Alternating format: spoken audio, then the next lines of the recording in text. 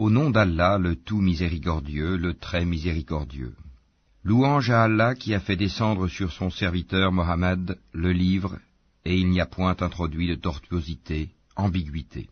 Un livre d'une parfaite droiture, pour avertir d'une sévère punition, venant de sa part, et pour annoncer aux croyants qui font de bonnes œuvres, qu'il y aura pour eux une belle récompense, où ils demeureront éternellement, et pour avertir ceux qui disent « Allah s'est attribué un enfant ». Ni eux ni leurs ancêtres n'en savent rien. Quelle monstrueuse parole que celle qui sort de leur bouche. Ce qu'ils disent n'est que mensonge. Tu vas peut-être te consumer de chagrin parce qu'ils se détournent de toi et ne croient pas en ce discours. Nous avons placé ce qu'il y a sur la terre pour l'embellir, afin d'éprouver les hommes et afin de savoir qui d'entre eux sont les meilleurs dans leurs actions. Puis nous allons sûrement transformer sa surface en un sol aride. Penses-tu que les gens de la caverne et d'Ar-Rakim ont constitué une chose extraordinaire d'entre nos prodiges? Quand les jeunes gens se furent réfugiés dans la caverne, ils dirent « Ô notre Seigneur, donne-nous de ta part une miséricorde, et assure-nous la droiture dans tout ce qui nous concerne. » Alors nous avons assourdi leurs oreilles, dans la caverne, pendant de nombreuses années. Ensuite nous les avons ressuscités, afin de savoir lequel des deux groupes saurait le mieux calculer la durée exacte de leur séjour. Nous allons te raconter leur récit, en toute vérité.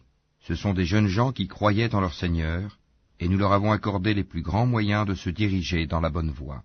Nous avons fortifié leur cœur lorsqu'ils s'étaient levés pour dire « Notre Seigneur est le Seigneur des cieux et de la terre, jamais nous n'invoquerons de divinité en dehors de lui, sans quoi nous transgresserions dans nos paroles.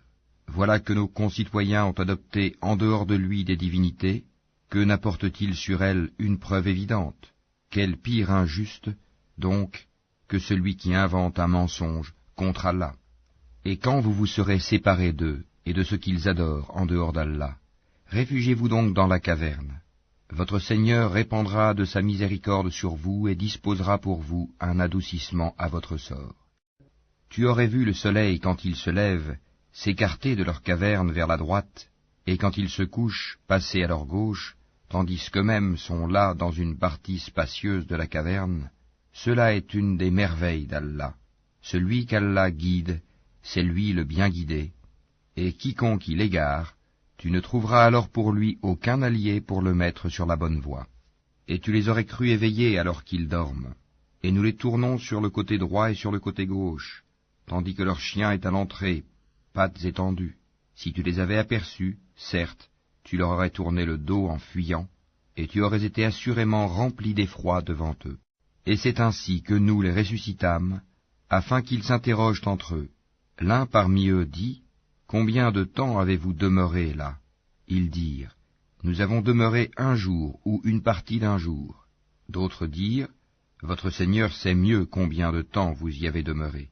Envoyez donc l'un de vous à la ville avec votre argent que voici, pour qu'il voie quel aliment est le plus pur, et qu'il vous en apporte de quoi vous nourrir, qu'il agisse avec tact, et qu'ils ne donnent l'éveil à personne sur vous.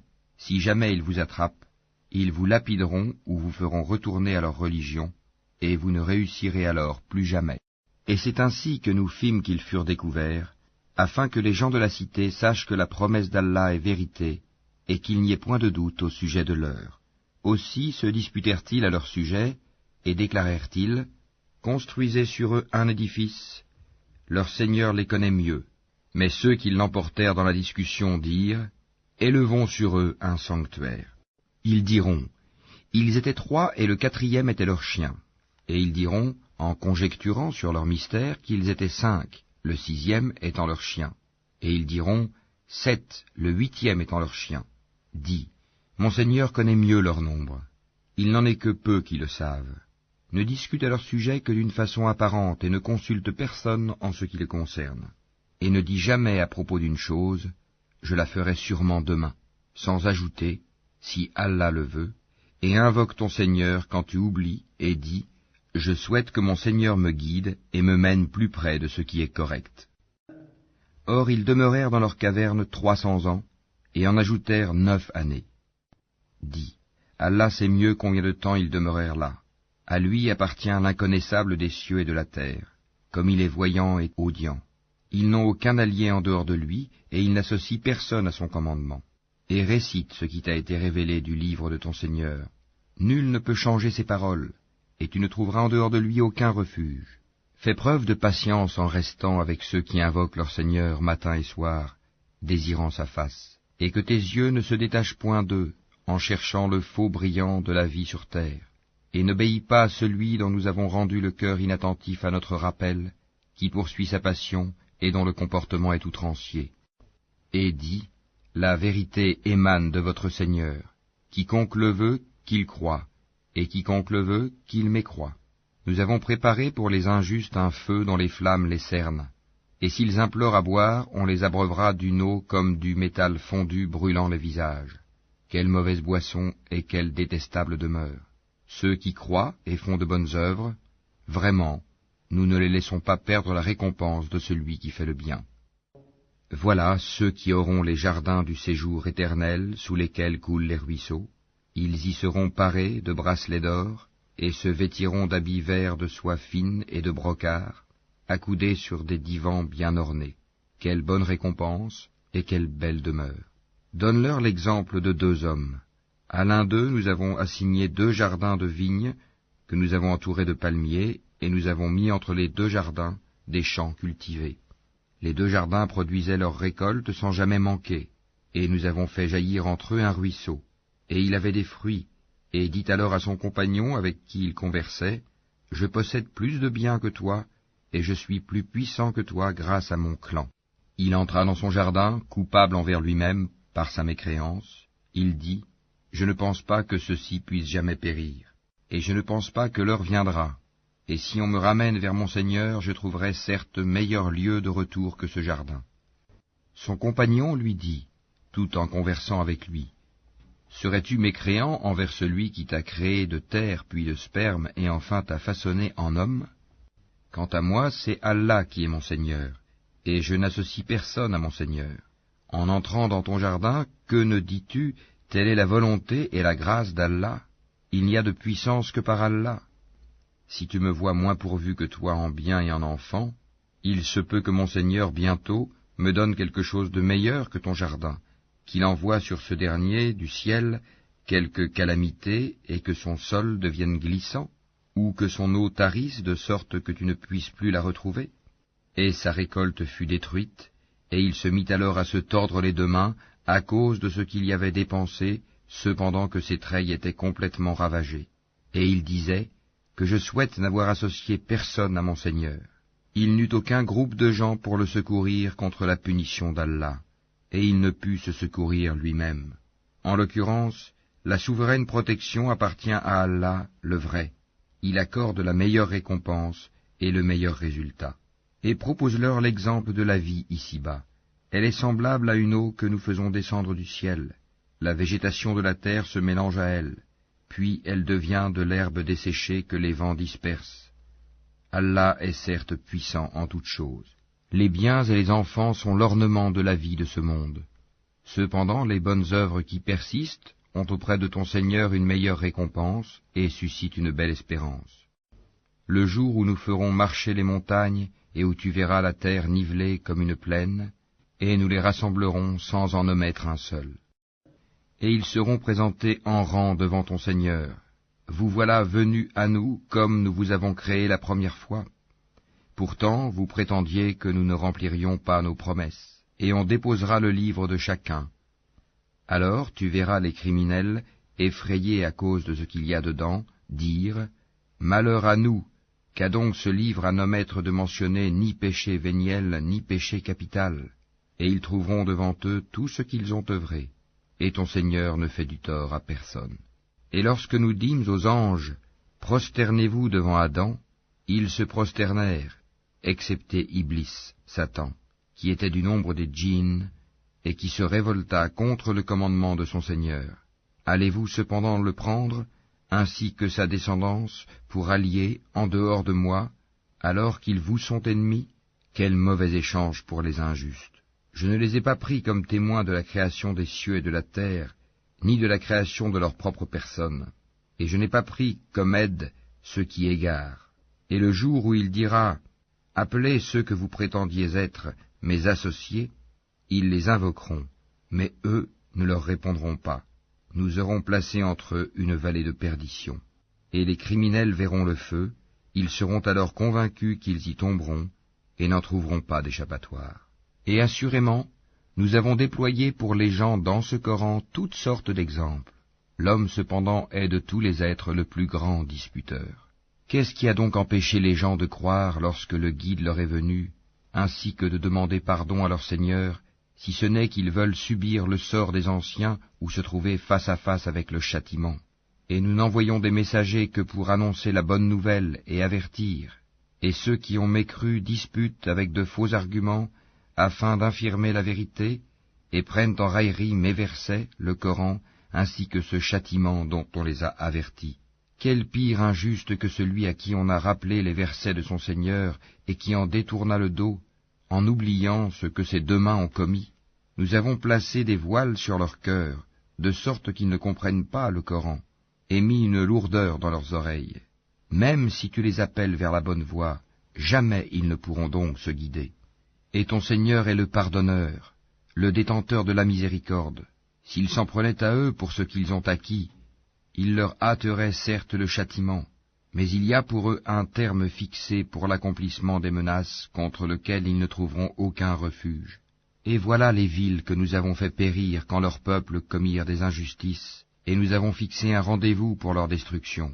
Rappelle-toi quand Moïse dit à son valet, « Je n'arrêterai pas avant d'avoir atteint le confluent des deux mers, dussé-je marcher de longues années. » Puis, lorsque tous deux eurent atteint le confluent, ils oublièrent leurs poissons, qui prit alors librement son chemin dans la mer. Puis, lorsque tous deux eurent dépassé cet endroit, il dit à son valet, « Apporte-nous notre déjeuner, nous avons rencontré de la fatigue dans notre présent voyage. » Le valet lui dit, « Quand nous avons pris refuge près du rocher, vois-tu, j'ai oublié le poisson. Le diable seul m'a fait oublier de te le rappeler. » Et il a curieusement pris son chemin dans la mer. Moïse dit, « Voilà ce que nous cherchions. » Puis ils retournèrent sur leurs pas, suivant leurs traces. Ils trouvèrent l'un de nos serviteurs à qui nous avions donné une grâce de notre part, et à qui nous avions enseigné une science émanant de nous. Moïse lui dit, « Puis-je te suivre à la condition que tu m'apprennes de ce qu'on t'a appris concernant une bonne direction ?» L'autre dit, « Vraiment, tu ne pourras jamais être patient avec moi. Comment endurerais-tu des choses que tu n'embrasses pas par ta connaissance ?» Moïse lui dit, « Si Allah veut, tu me trouveras patient, et je ne désobéirai à aucun de tes ordres. Si tu me suis, dit l'autre, ne m'interroge sur rien tant que je ne t'en aurai pas fait mention. » Alors les deux partirent, et après qu'ils furent montés sur un bateau, l'homme y fit une brèche. Moïse lui dit, « Est-ce pour noyer ces occupants que tu l'as ébréché? Tu as commis certes une chose monstrueuse. » L'autre répondit, « N'ai-je pas dit que tu ne pourrais pas garder patience en ma compagnie? » « Ne t'en prends pas à moi, dit Moïse, pour un oubli de ma part, et ne m'impose pas de grandes difficultés dans mon affaire. » Puis ils partirent tous deux, et quand ils eurent rencontré un enfant, l'homme le tua. Alors Moïse lui dit, « As-tu tué un être innocent qui n'a tué personne? Tu as commis certes une chose affreuse. » L'autre lui dit, « Ne t'ai-je pas dit que tu ne pourrais pas garder patience en ma compagnie? Si après cela je t'interroge sur quoi que ce soit, dit Moïse, alors ne m'accompagne plus, tu seras alors excusé de te séparer de moi. » Ils partirent donc tous deux, et quand ils furent arrivés à un village habité, ils demandèrent à manger à ses habitants, mais ceux-ci refusèrent de leur donner l'hospitalité. Ensuite ils y trouvèrent un mur sur le point de s'écrouler. L'homme le redressa. Alors Moïse lui dit, « Si tu voulais, tu aurais bien pu réclamer pour cela un salaire. » « Ceci marque la séparation entre toi et moi, dit l'homme. Je vais t'apprendre l'interprétation de ce que tu n'as pas pu supporter avec patience. Pour ce qui est du bateau, il appartenait à des pauvres gens qui travaillaient en mer. Je voulais donc le rendre défectueux, car il y avait derrière eux un roi qui saisissait de force tout bateau. Quant aux garçons, ses pères et mères étaient des croyants, nous avons craint qu'il ne leur imposât la rébellion et la mécréance. Nous avons donc voulu que leur Seigneur leur accordât en échange un autre plus pur et plus affectueux. Et quant au mur, Il appartenait à 2 garçons orphelins de la ville, et il y avait dessous un trésor à eux, et leur père était un homme vertueux. Ton Seigneur a donc voulu que tous 2 atteignent leur maturité, et qu'ils extraient eux-mêmes leur trésor, par une miséricorde de ton Seigneur. Je ne l'ai d'ailleurs pas fait de mon propre chef. Voilà l'interprétation de ce que tu n'as pas pu endurer avec patience. Et il t'interroge sur Dhul Qarnayn. Dis, je vais vous en citer quelques faits mémorables. Vraiment, nous avons affermi sa puissance sur terre, et nous lui avons donné libre voie à toute chose. Il suivit donc une voie, et quand il eut atteint le couchant, il trouva que le soleil se couchait dans une source boueuse, et auprès d'elle, il trouva une peuplade impie. Nous dîmes, ô Dhul Qarnayn, ou tu les châties, ou tu uses de bienveillance à leur égard. Il dit, quant à celui qui est injuste, nous le châtierons, ensuite il sera ramené vers son Seigneur, qui le punira d'un châtiment terrible. Et quant à celui qui croit et fait bonne œuvre, il aura en retour la plus belle récompense, et nous lui donnerons des ordres faciles à exécuter. Puis il suivit une autre voie, et quand il eut atteint le levant, il trouva que le soleil se levait sur une peuplade à laquelle nous n'avions pas donné de voile pour s'en protéger. Il en fut ainsi, et nous embrassons de notre science ce qu'il détenait. Puis il suivit une autre voie, et quand il eut atteint un endroit situé entre les 2 barrières, montagnes, il trouva derrière elle une peuplade qui ne comprenait presque aucun langage. Ils dirent, ô Dhul Qarnayn, les Ya'juj et les Ma'juj commettent du désordre sur terre. Est-ce que nous pourrons t'accorder un tribut pour construire une barrière entre eux et nous? Il dit, ce que mon Seigneur m'a conféré vaut mieux que vos dons. Aidez-moi donc avec votre force, et je construirai un remblai entre vous et eux. Apportez-moi des blocs de fer. Puis, lorsqu'il en eut comblé l'espace entre les 2 montagnes, il dit, soufflez. Puis, lorsqu'il eut rendu une fournaise, il dit, apportez-moi du cuivre fondu, que je le déverse dessus. Ainsi, ils ne purent guère l'escalader, ni l'ébrécher non plus. Il dit, c'est une miséricorde de la part de mon Seigneur, mais lorsque la promesse de mon Seigneur viendra, il le nivellera, et la promesse de mon Seigneur est vérité. Nous les laisserons ce jour-là déferler comme les flots les uns sur les autres, et on soufflera dans la trompe, et nous les rassemblerons tous. Et ce jour-là nous présenterons de près l'enfer aux mécréants, dont les yeux étaient couverts d'un voile qui les empêchait de penser à moi, et ils ne pouvaient rien entendre non plus. Ceux qui ont mécru, comptent-ils donc pouvoir prendre pour alliés mes serviteurs en dehors de moi? Nous avons préparé l'enfer comme résidence pour les mécréants. Dis, voulez-vous que nous vous apprenions lesquels sont les plus grands perdants en œuvre? Ceux dont l'effort dans la vie présente s'est égaré, alors qu'ils s'imaginent faire le bien. Ceux-là qui ont nié les signes de leur Seigneur, ainsi que sa rencontre. Leurs actions sont donc vaines. Nous ne leur assignerons pas de poids au jour de la résurrection. C'est que leur rétribution sera l'enfer, pour avoir mécru et pris en raillerie mes signes, enseignements, et mes messagers. Ceux qui croient et font de bonnes œuvres auront pour résidence les jardins du Firdaus, paradis, où ils demeureront éternellement, sans désirer aucun changement. Dis, si la mer était une encre pour écrire les paroles de mon Seigneur, certes la mer s'épuiserait avant que ne soient épuisées les paroles de mon Seigneur, quand même nous lui apporterions son équivalent comme renfort. Dis, je suis en fait un être humain comme vous. Il m'a été révélé que votre Dieu est un Dieu unique. Quiconque donc espère rencontrer son Seigneur, qu'il fasse de bonnes actions, et qu'il n'associe dans son adoration aucun autre à son Seigneur.